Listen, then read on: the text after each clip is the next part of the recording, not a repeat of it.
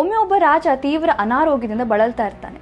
ಏನೇ ಚಿಕಿತ್ಸೆ ನೀಡಿದ್ರೂ ಕೂಡ ಪ್ರಯೋಜನವೇ ಆಗ್ತಿರ್ಲಿಲ್ಲ. ಕೊನೆಗೊಬ್ಬ ಮಹಾವೈದ್ಯರು ನಿಮ್ಮ ರಾಜ್ಯದ ಪ್ರತಿ ಮನೆಯಿಂದ 1 ಹನಿ ಜೇನುತುಪ್ಪವನ್ನ ಸಂಗ್ರಹಿಸಿ ಅದನ್ನ ರಾಜನಿಗೆ ನೀಡಿದ್ರೆ ಆಗ ಅವರು ಗುಣಮುಖರಾಗ್ಬೋದು ಅಂತೇಳಿ ಹೇಳ್ತಾರೆ. ಇಡೀ ರಾಜ್ಯಕ್ಕೆ ಡಂಗುರವನ್ನ ಸಾರ್ತಾರೆ. ಪ್ರತಿ ಮನೆಯಿಂದ 1 ಹನಿ ಜೇನುತುಪ್ಪವನ್ನ ಸಂಗ್ರಹಿಸುವಂತ ಆದೇಶವನ್ನ ನೀಡ್ತಾರೆ. ಆದ್ರೆ ಆ ರಾಜ್ಯದ ಪ್ರಜೆಗಳೆಲ್ಲರೂ ತುಂಬಾ ಅಸಡ್ಡೆ ಮನೋಭಾವನೆಯಿಂದ ನಾನೊಬ್ಬ 1 ಹನಿ ಜೇನುತುಪ್ಪ ಹಾಕದಿದ್ರೆ ಏನ್ ಮಹಾ ವ್ಯತ್ಯಾಸ ಆಗ್ಲಿಕ್ಕಿದೆ ಅಂತೇಳಿ ಆಲೋಚನೆ ಮಾಡ್ತಾರೆ. ಈ ಮನೋಭಾವನೆ ಎಲ್ಲರಲ್ಲೂ ಇದ್ದ ಕಾರಣ ಯಾರು ಕೂಡ ಜೇನುತುಪ್ಪ ಹಾಕ್ಲಿಕ್ಕೆ ಮುಂದೆ ಬರುವುದಿಲ್ಲ. ಕೊನೆಯ ದಿನ ಇಟ್ಟಂತಹ ಮಡಿಕೆಯ ಮುಚ್ಚಳವನ್ನ ತೆಗೆದು ನೋಡಿದ್ರೆ ಅದರಲ್ಲಿ ಒಂದೇ 1 ಹನಿ ಜೇನುತುಪ್ಪ ಇರುವುದಿಲ್ಲ. ಸರಿಯಾದ ಸಮಯದಲ್ಲಿ ಚಿಕಿತ್ಸೆಯನ್ನ ನೀಡ್ಲಿಕ್ಕಾಗದೆ ರಾಜನ ಸ್ಥಿತಿ ಇನ್ನೂ ಕೂಡ ಗಂಭೀರ ಆಗ್ತದೆ.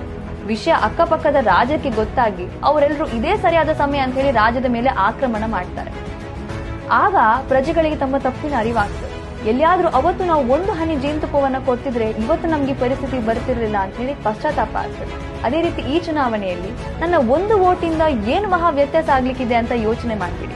ಯಾಕಂತ ಹೇಳಿದ್ರೆ ನಿಮ್ಮ 1 ವೋಟ್ ಇಡೀ ದೇಶದ ದಿಕ್ಕನ್ನೇ ಬದಲಾಯಿಸಬಹುದು. ನಿಮ್ಮ 1 ವೋಟ್ ದೇಶದ ಭವಿಷ್ಯವನ್ನ ನಿರ್ಧಾರ ಮಾಡ್ತದೆ. ದೇಶದ ಭವಿಷ್ಯ ಅಂತ ಹೇಳಿದ್ರೆ ನಿಮ್ಮೆಲ್ಲರ ಭವಿಷ್ಯ. ಆದ್ರಿಂದ ಎಲ್ಲರೂ ಕೂಡ ತಪ್ಪದೆ ವೋಟ್ ಹಾಕಿ. ಯಾಕಂತ ಹೇಳಿದ್ರೆ voting is not just A right, it is also our duty.